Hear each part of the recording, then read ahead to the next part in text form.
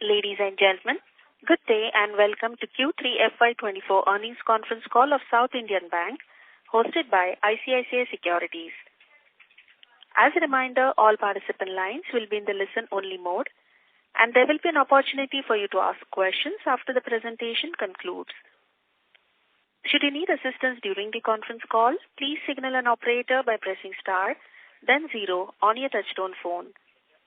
Please note that this conference is being recorded. I now hand the conference over to Mr. Chintan Shah from ICICI Securities. Thank you, and over to you. Thank you, Yashashree. Good evening, everyone, and welcome to the Q3 FY24 earnings conference call for South Indian Bank.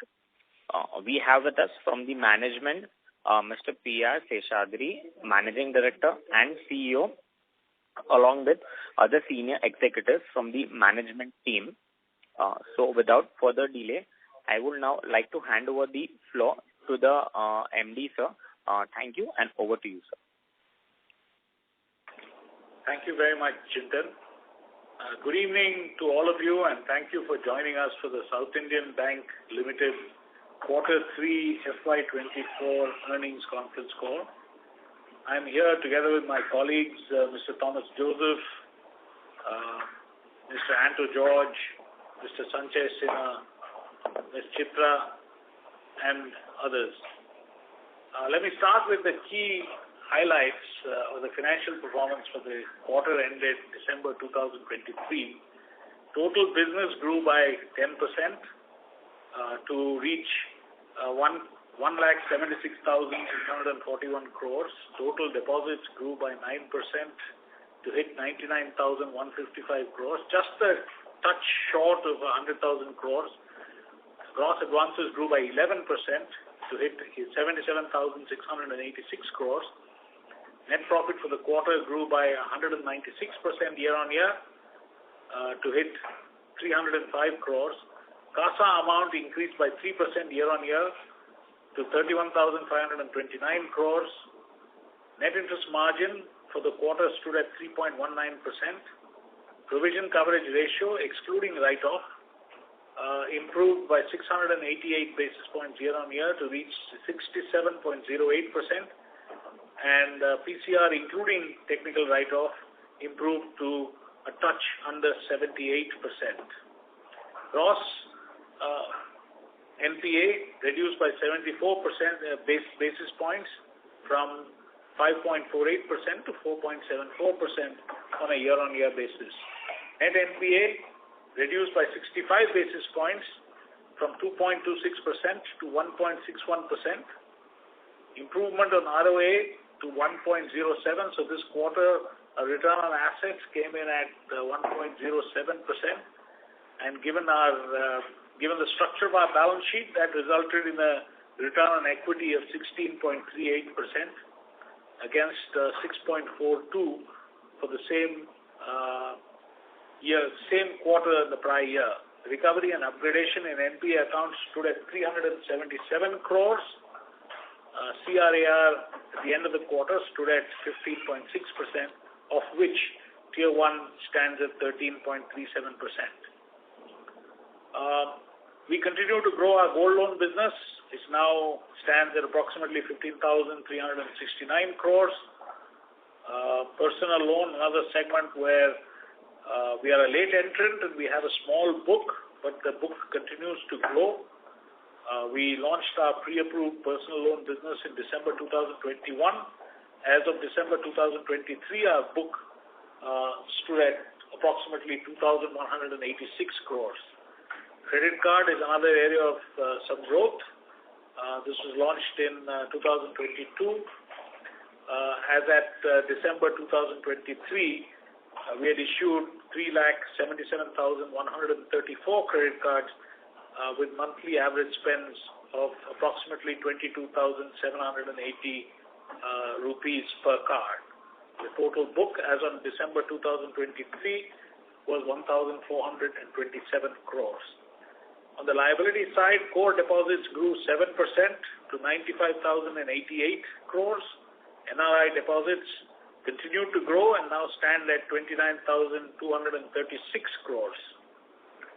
investment, approximately our total investment books stood at 26,654 crores, of which HTM was 22,374 crores, and AFS and HFT the rest.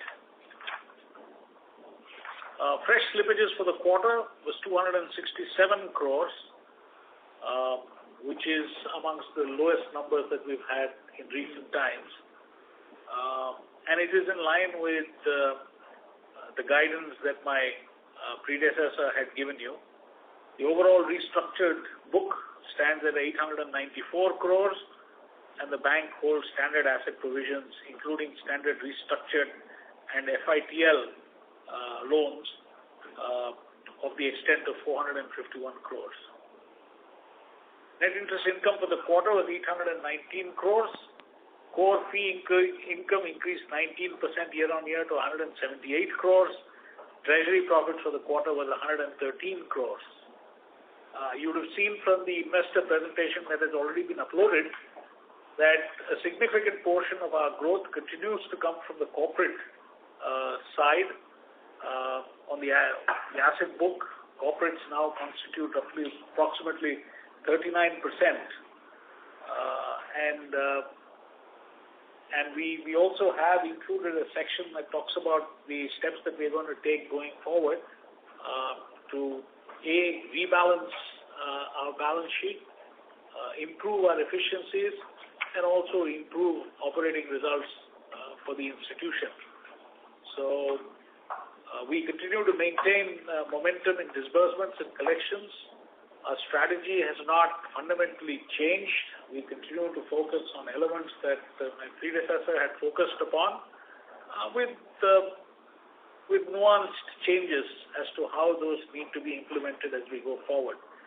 And the results that you see today are a reflection of the fact that the underlying basis on which the strategic elements were put into place were sound, and we hope that as we continue to go forward, our outcomes will be suitably rewarding.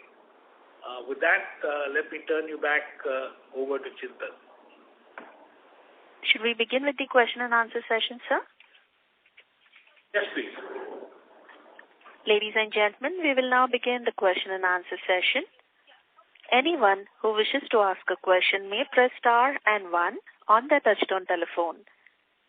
If you wish to remove yourself from the question queue, you may press star and 2. Participants are requested to use handsets while asking a question. In order to ensure that the management is able to answer queries from all participants, please restrict your questions to 2 at a time. You may join back the queue for follow-up questions. We will wait for a moment while the question queue assembles.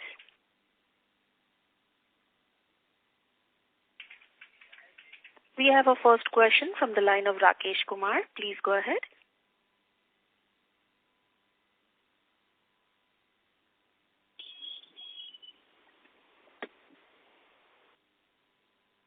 We have a question from the line of Parth Mehta. Please go ahead. Sir, my one question is, how is the cost of funds panning out for us vis-a-vis competition? I think the numbers you'll find in our investor deck. Our cost of funds continue to rise on account of the fact that our deposits are repricing. So our deposit cost of deposits is right now at 5.18%.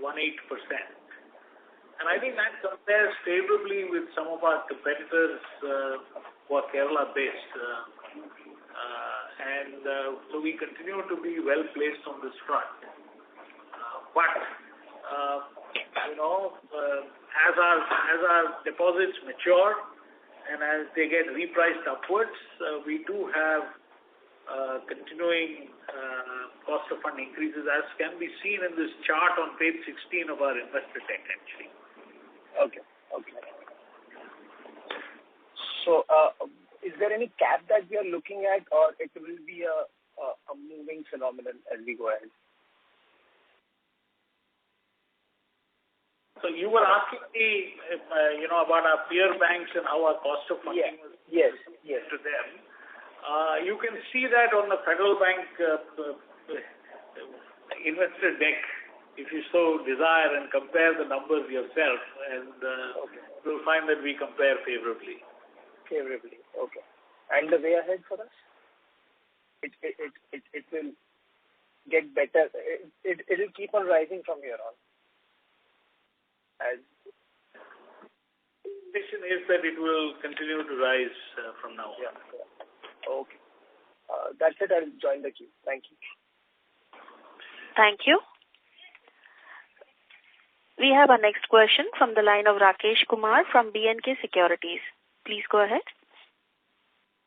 Yeah. Am I audible, sir? Yes. Yes, you're audible. Yeah. Thank you, sir. So, sir, firstly, considering the disbursement number for the 9 months and the book outstanding that we have, loan book, would like to understand what is the average maturity of the loan book that we have, sir?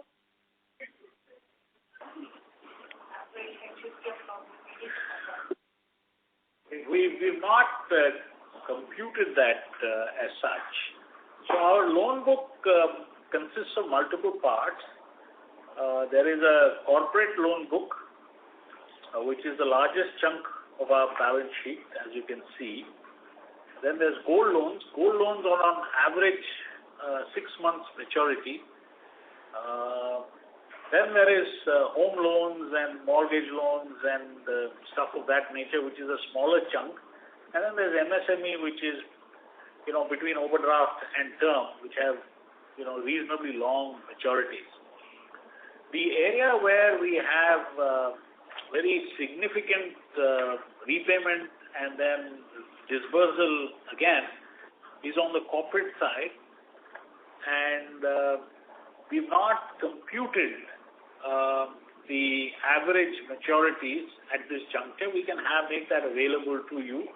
We believe that it does, in a rising interest rate environment, it offers us some advantage in the sense that we are able to reprice our assets periodically, keeping in view the price on the liabilities end, and therefore the structure as such is not disadvantageous to us under these circumstances. Understood. Yes, sir. Notes of accounts. Mr. Kumar, you're sounding muffled. Please use your handset mode.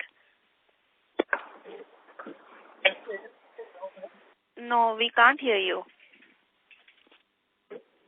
Is it better now? Yes, please go ahead.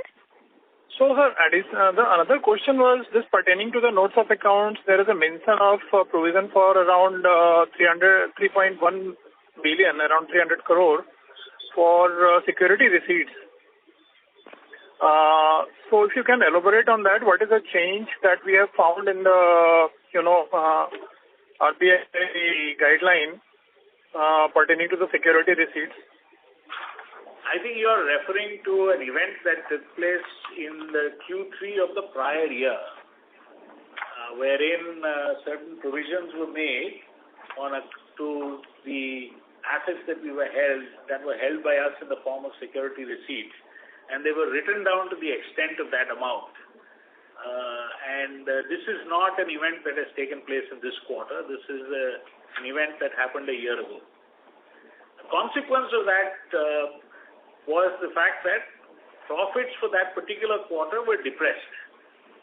And as another consequence, the profits for this quarter compared to that quarter seem, are consequently 200% greater.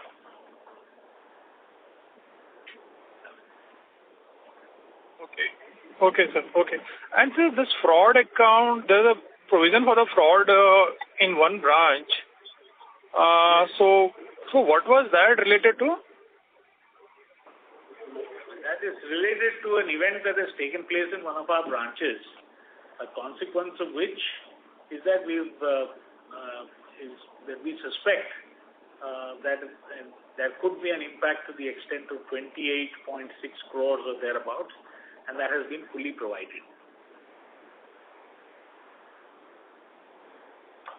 Mr. Rakesh Kumar? Yes, sure, sir. Thank you, sir. Thank you. Thank you.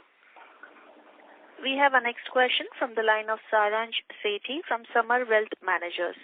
Please go ahead. Am I audible? Yes. Yes, please. My question is about cost to income ratio. As we see it is higher compared to peers, how does management see this 1 or 2 years down the line? And what's the guidance on net interest margin for upcoming years? So let me answer that. There are two questions, cost to income and net interest margin. On the cost to income side, as you rightly mentioned, compared to our peers, our cost to income ratio is higher. We are currently at about 61.98, which is very close to 62%. So if you see our investor deck, there are 5 areas that we as a management team are going to focus on. One is enhancing our portfolio resilience, which is basically a complicated way of saying that we want to have a more granular book. We want to improve our branch productivity. And third is cost optimization. So we are seized of it. The current high levels are on account of a few one-timers that we've had to take. So this quarter we've provided for the IBA wage settlement that happened. We were accounting for it at 15%.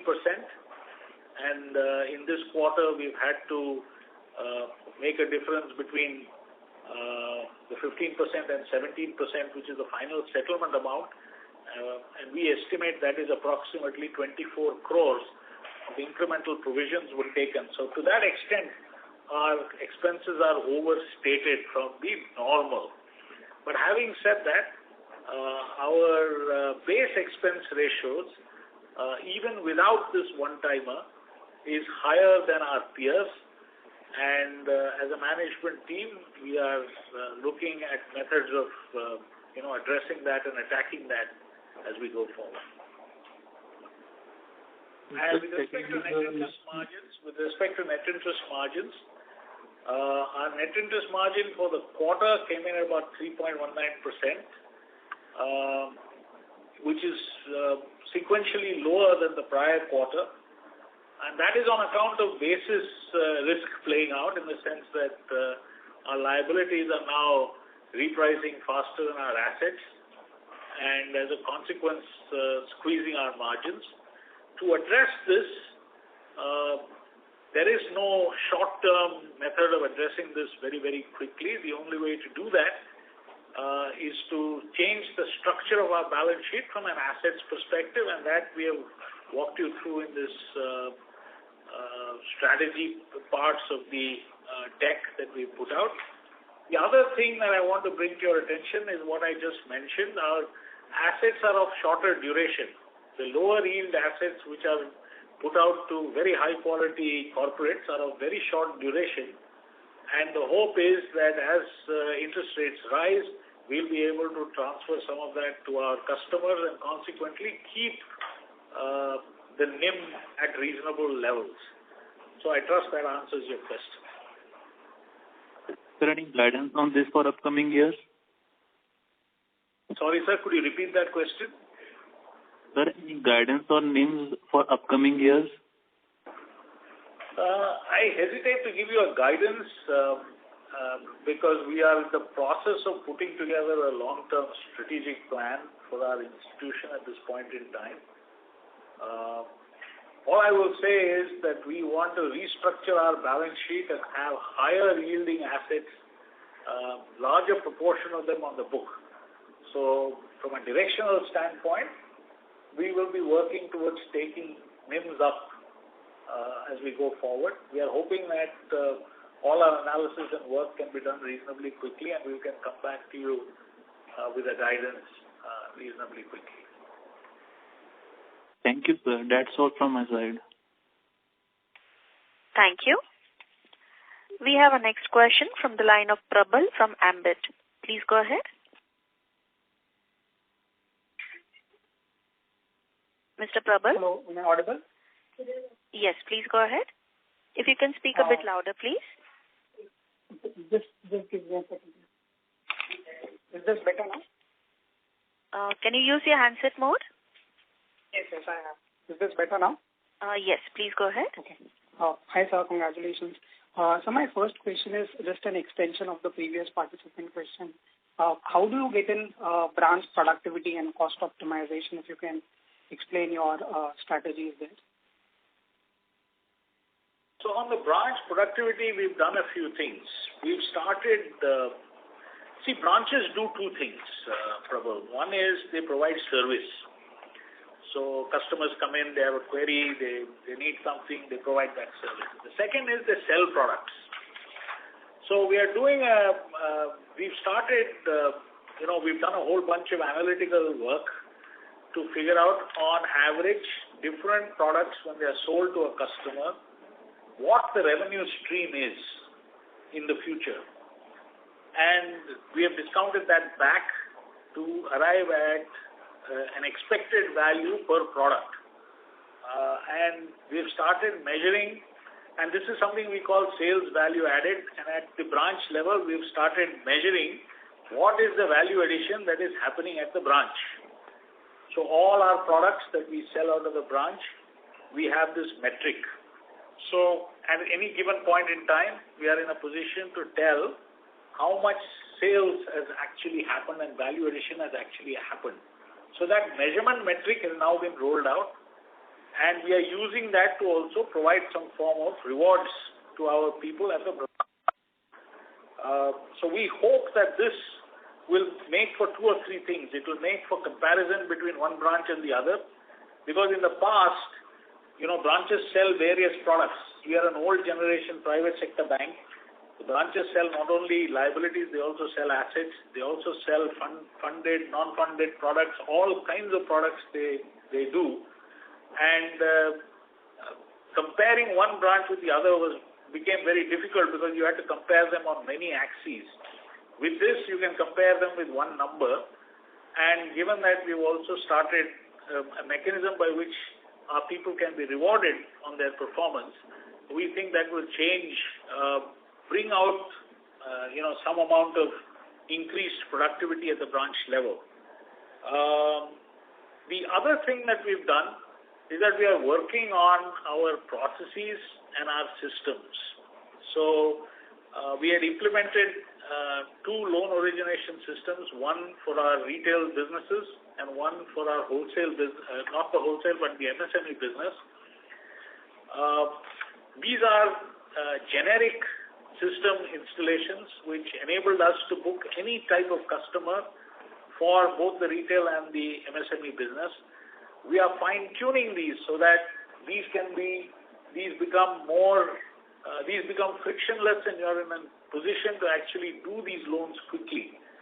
So there's a whole work stream around that, which is an enablement work stream that enables the branches to service our customers better. So all of this is actually in the deck. I'm happy to walk you through it in greater detail at another time.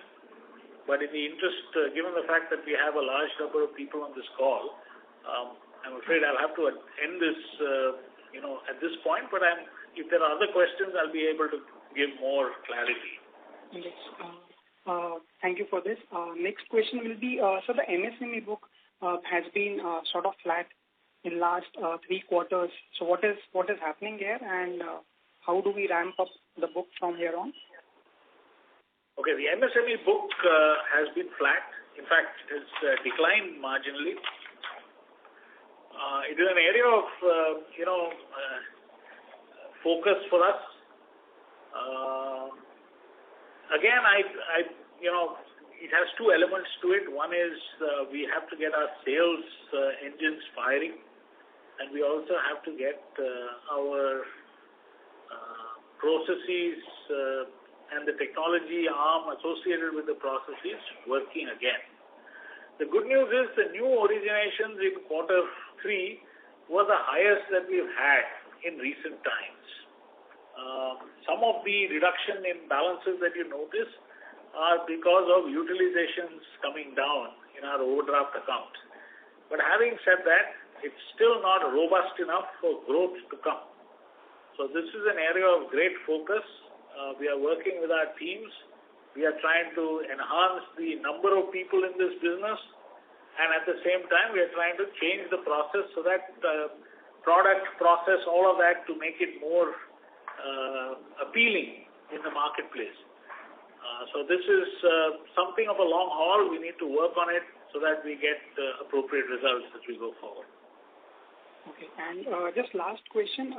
So how much of our deposits will be coming from Kerala? And just a related question will be, we have improved our credit to deposit ratio in last few quarters. So 62% of our deposits come from Kerala. And what was your second question? I'm sorry. Second would be, we have improved our credit to deposit ratio in last few quarters. How is our treasury team thinking about any range that we would want to settle at? Credit to deposit ratio. So we are currently at about 78 and change credit to deposit ratio. We would like, I think there's a few percentage points left where we can go up on the CD ratio without creating any issues on liquidity management and impacting other liquidity related matrices for the bank. It will also be profit accretive if we were to be able to do that. So from the bank's point of view, two things have to be noted. Our deposit book grew 9% year on year. And we believe that the 9% growth is predicated by the fact that on the deposit side, our pricing has been such that our landed cost of deposit are lower than our immediate peers. Should our asset side growth pick up very dramatically, we believe that we can get more deposits quite easily. And therefore, from a credit to deposit ratio point of view, we believe that we are well placed. 78% is not too high. I think even RBI is talking about between 70 to 80 and so on and so forth. 70s, early 80s, I guess, is an area of comfort for them. This is my understanding from whatever newspaper reports I have been reading. So we think that we are well placed. We think that there's space for us to grow this, and that will be P&L accretive. So at this point in time, that's where we are taking our business. Great. Thank you so much, and all the best. Thank you. We have a next question from the line of Umang Shah from Kotak Mutual Fund. Please go ahead. Yeah, good evening. Thanks for taking my question, and congratulations on the quarter, sir. Just two questions. One, on the capital raise, just wanted to understand, has the board taken any decision in terms of timing, quantum of the capital raise, and the route that we would through which we would like to do the fundraise? Umang, I'm afraid on this subject, there is no information that I'm able to give you at this point in time because no decisions have been taken. And at the right juncture, we will make all this information available as we go forward. All right. Okay. And sir, the second question is now, while we do appreciate that clearly you and your team are in the process of putting out a long-term strategic plan for the bank in place, but just want to understand that clearly we have crossed the 1% ROA mark after a fairly long period of time, right? Should we assume that regardless of the changes that you intend to bring into the bank, the trajectory, the earnings trajectory, or the trajectory of the returns ratio that we are seeing at this point of time will more or less be sustained, and then probably we see a gradual improvement, or do we see some bit of a disruption initially and then see a pullback? How should we look at it from a near to medium term perspective? So, at this point in time, business as usual continues. So we have not changed anything very dramatically over the last 3 months.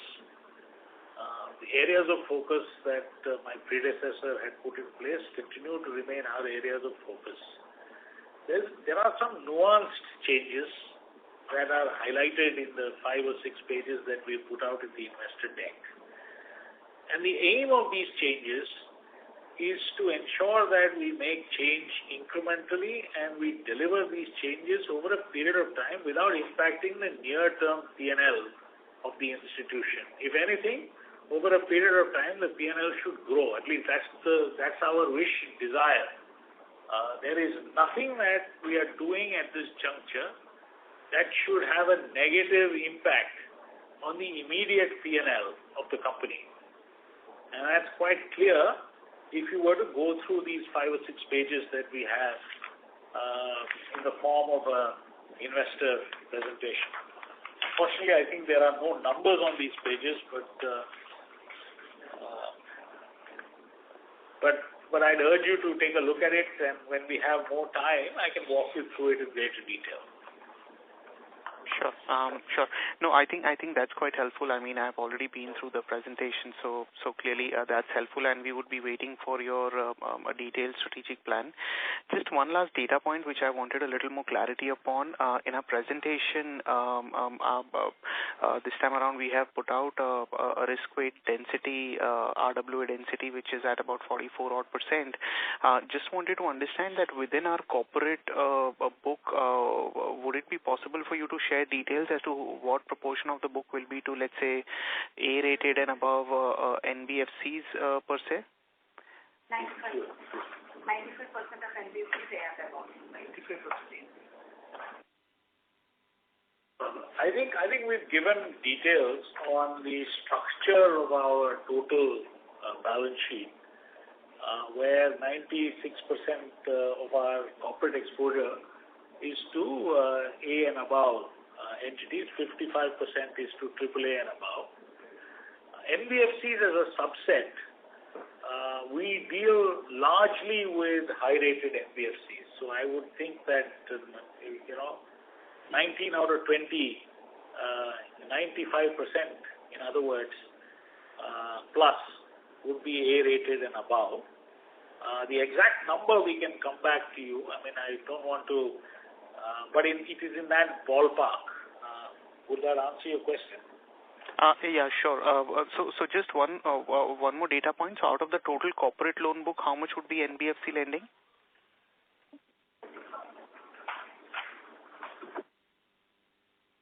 Roughly a third would be NBFC. Okay, perfect. No, I think that helps. That helps. Perfect. Thank you so much, and wish you and your team. Includes certain types of NBFCs which are quasi-government.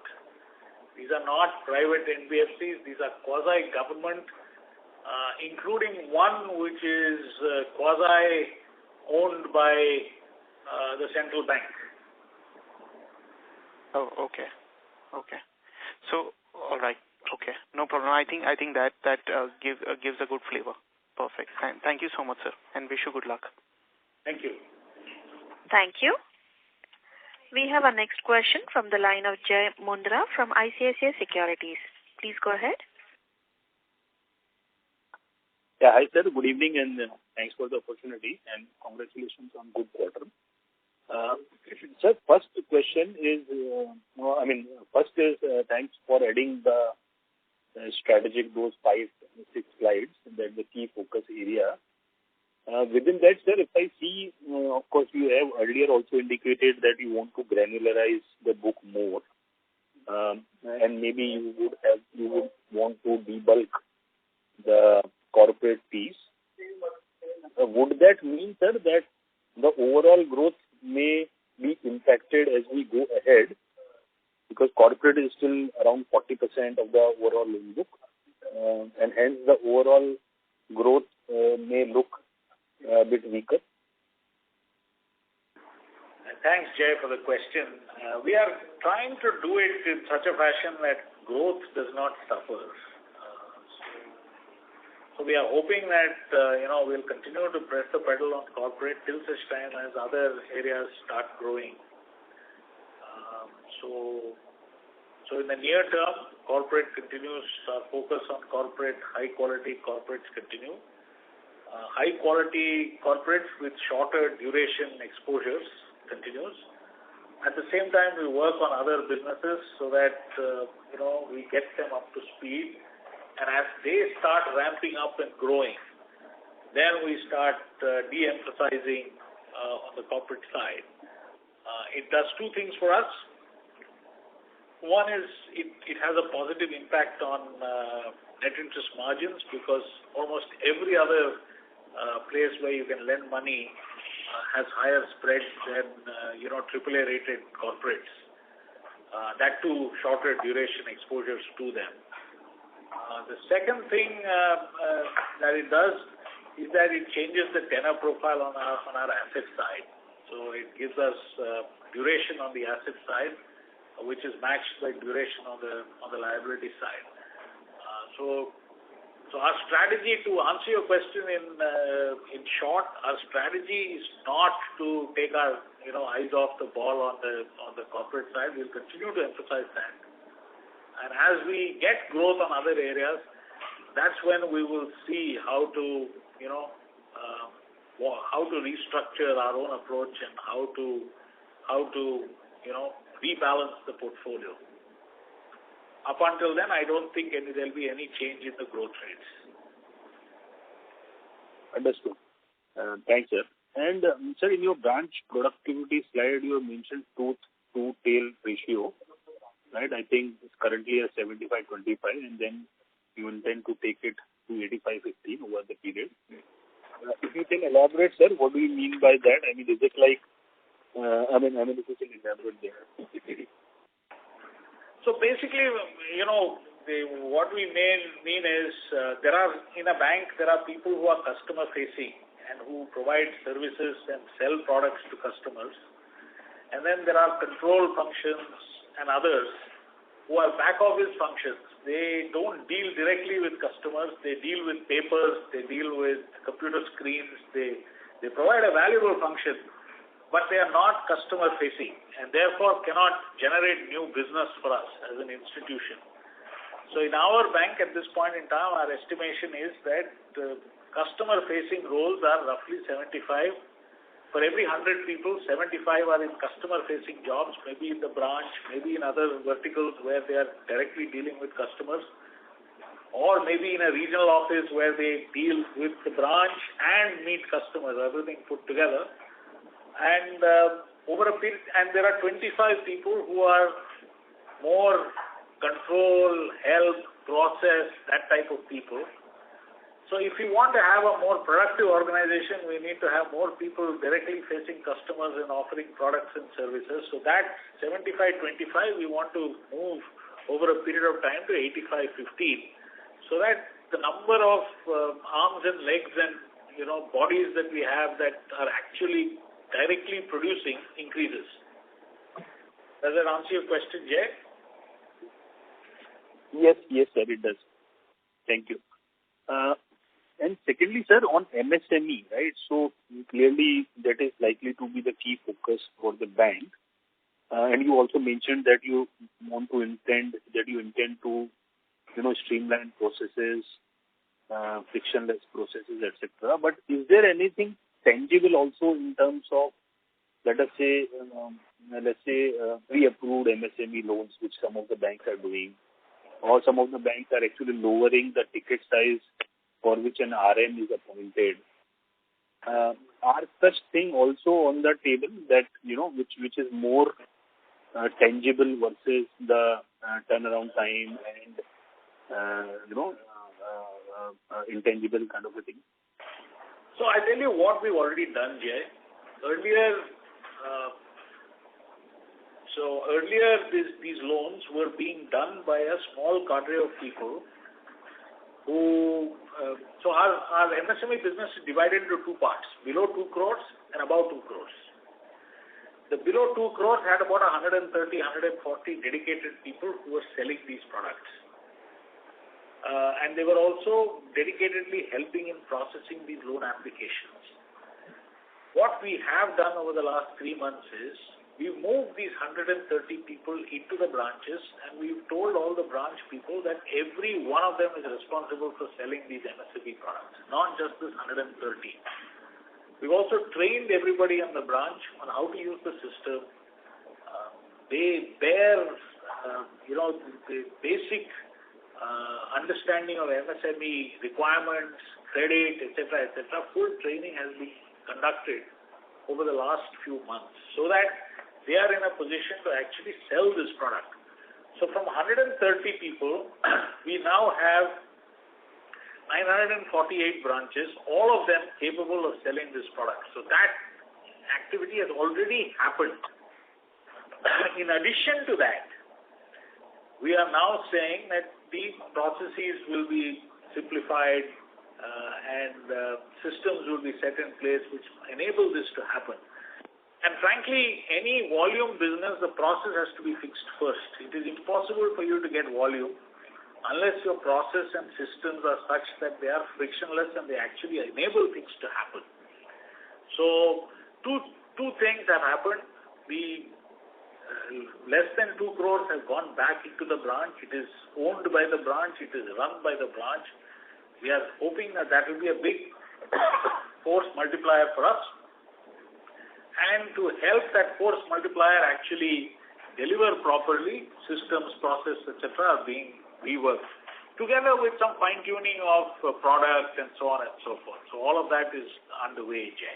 Does that answer your question? Yes, sir. It does. Yes, sir. And last two data keeping questions, sir. We have done the wage revision assuming at 17%.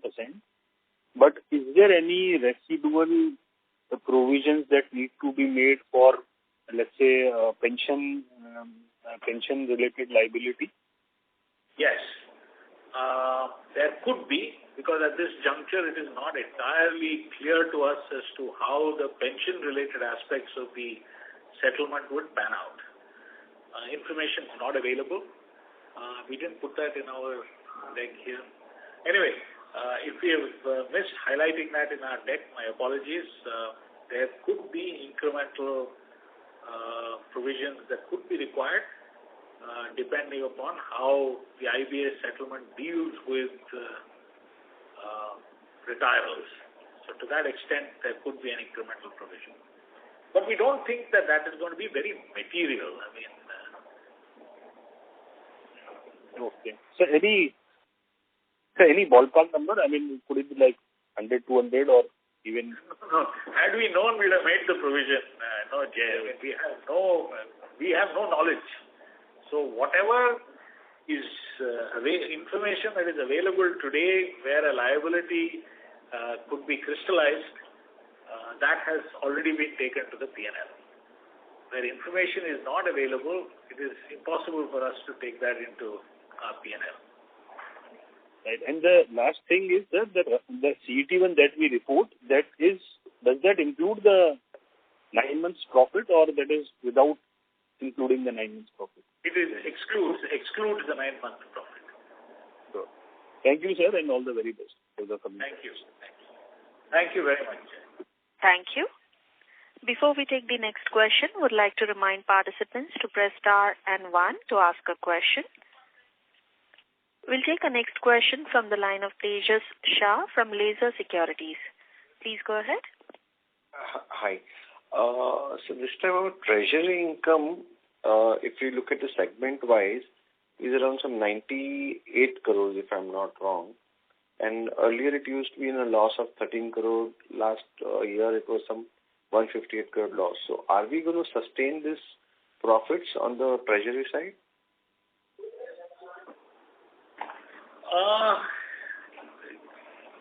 Treasury by definition is a little volatile. It is not an accrual income.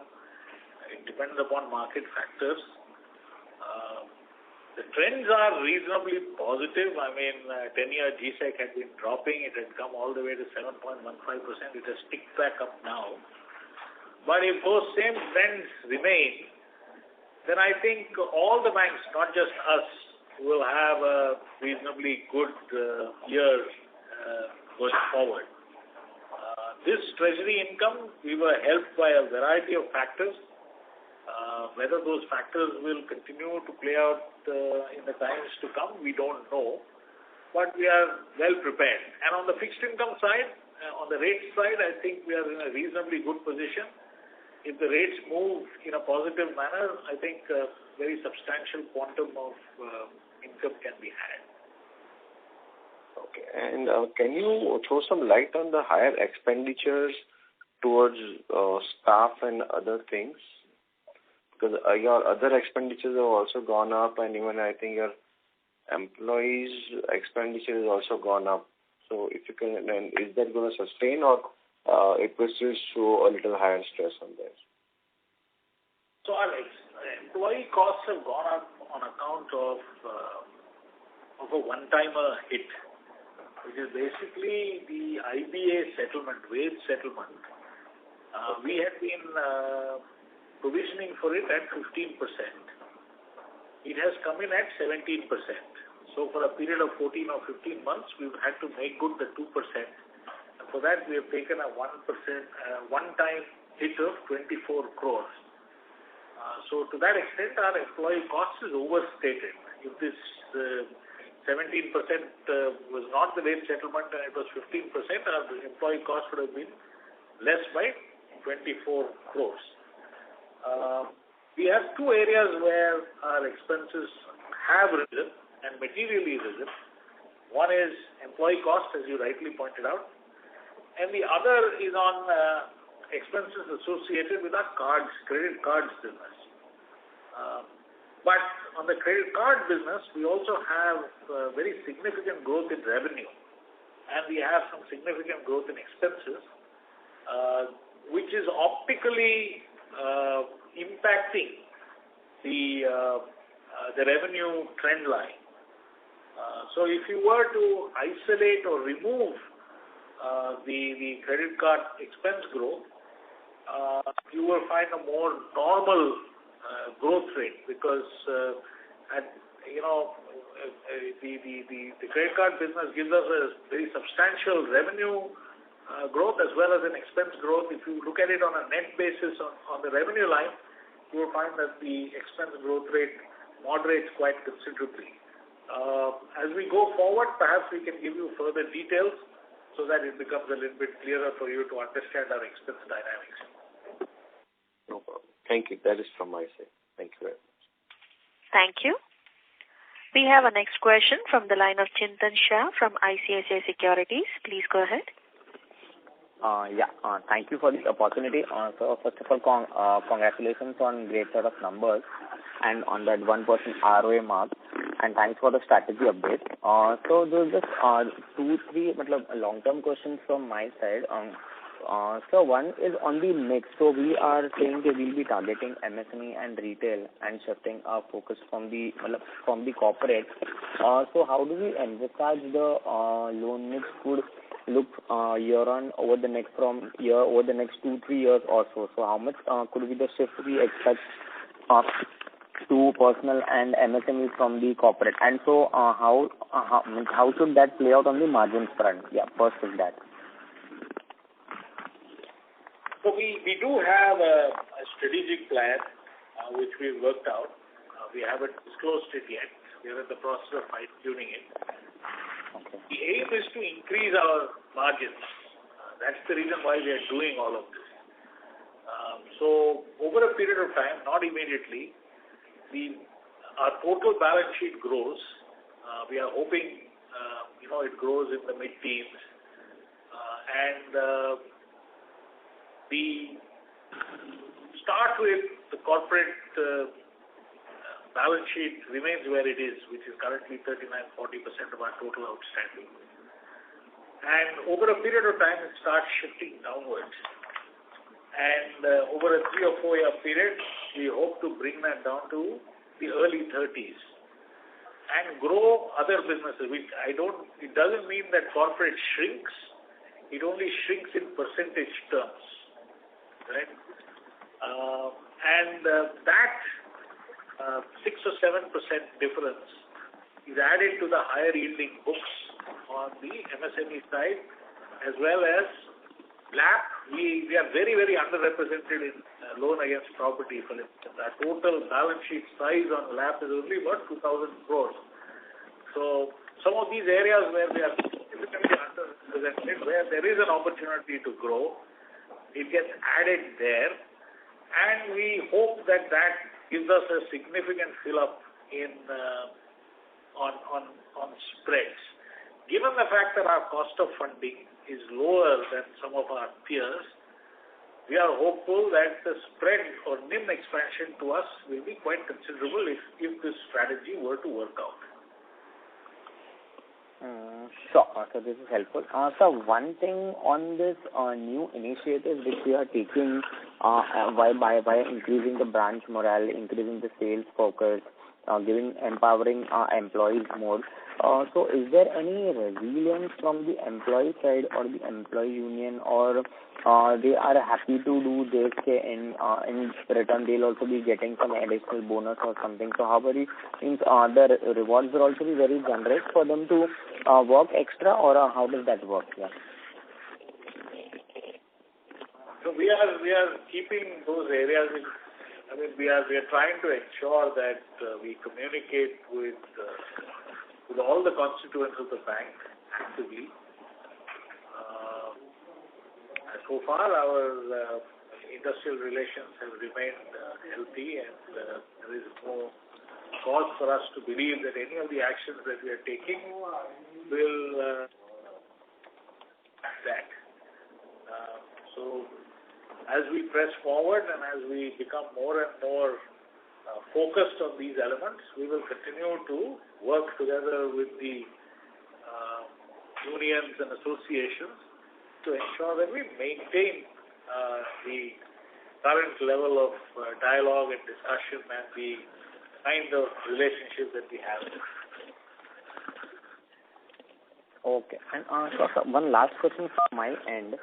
So we are talking of cost optimization and so probably some decline in the cost to income also in the coming years. But so with our increasing focus on MSME and retail, don't we see some rise in the cost as well, or the most of the rise will be front loaded and the benefits would come at a later stage? Should we look at that way? I think you ask a very, very good question. From our point of view, a very significant chunk of our costs are fixed. So if we can get higher productivity, cost-income ratio will automatically reduce.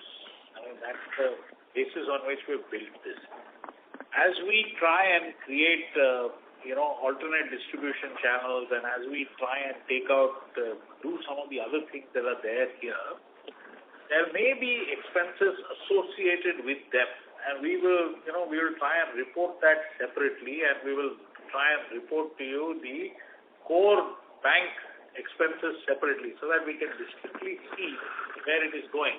At an aggregate level, we are very, very conscious of the fact that 62% cost to income is a high level, and we want to have this reduced. So our strategy will be built around the fact that if we are doing something new and we are investing money on something, we will try and time it in such a fashion that the trend line on the cost side is reasonable and it shows traction, i.e. the cost is headed downwards as we move forward. That is something that we will be very focused upon. Sure. So point taken. Just one follow up on this last one. So we are assuming that we are expecting that the productivity will increase, but how do we make sure that this productivity will increase and that too won't lead to any additional cost? That is my question actually. How are we expecting that productivity will increase only that way? So that is the management challenge. I mean, we have to get our productivity to increase. Our people are well paid. Our employee wage costs are driven by IBA standards. We need our productivity levels are such that we believe that there is a reasonable scope for increase. And our costs associated with that increase is going to be minimal when compared to the aggregated costs that are fixed in nature. As I said, we've launched sales-related rewards. which incentivizes people to be more active on sales. In the grand scheme of things, the cost associated with that is not material, which is why I say that, if the management challenge can be met, then we should get higher productivity without increased costs. Sure, sir. So this is actually very helpful. Thank you patiently for answering all my questions and looking forward to the strategy. All the best. Yeah. Thanks. Thank you. We have a last question for today from the line of Ravindra, an individual investor. Please go ahead. Hello. Yes, Mr. Ravindra, please go ahead. Yeah, thanks a lot for the opportunity, sir. And I wanted to discuss you in the last call as well. I did not get the opportunity. I'm a very long-term investor. From 2011, I'm invested, and I'm closely following up with the bank's progress. So one question is, so banks like IDFC First Bank, they are giving a monthly interest on the savings, and they're gathering a very good CASA. So why is it not possible for the bank like us? That is one question. Yeah. Please go ahead. No, sir, do you have a second question also? I can answer both together, sir. Yes, sir. And I was going through your annual report in the Karur Vysya Bank, and there you had mentioned that loans within 2 crores, there is some automation something, right? Without manual intervention, with less manual intervention maybe. Why is it not done in the SID? Okay. With respect to, sir, the savings account, high interest rates where paying interest on a monthly basis. The reason why we haven't considered it yet is that we have the only banks that are offering that are the newer institutions, sir. If you look at it, it is the institutions that have come into being of recent times as banks. They are the ones who are aggressively offering that product. That is because they don't have a traditional CASA base. We already do have it, and for us to offer that would only mean a significant increased cost for us without very significant benefits to our customers. I mean, from our customers, they transact with us on the basis of the relationship they have with us and the comfort they have with the branches, etc. So this does not really provide anything incremental to them. It may attract new customers, but having said that, the cost of such a change is so high that we don't think at this point in time that it is warranted. With respect to your second question, automation for less than 2 crores, that is something that we are working on. That is part of our strategy. Hopefully, we'll be able to do this reasonably quickly, sir. I trust that answers your question. Yes, sir. And recently we received a communication. There will be a fundraise using the rights issue. Is there any progress on that, or is it just a discussion? At this juncture, sir, I'm not at liberty to talk about that, sir. Okay, sir. That's my last question. Thank you. Thanks a lot. Thank you. On behalf of ICICI Securities, that concludes this conference. Thank you for joining us, and you may now disconnect your lines. Thank you, sir.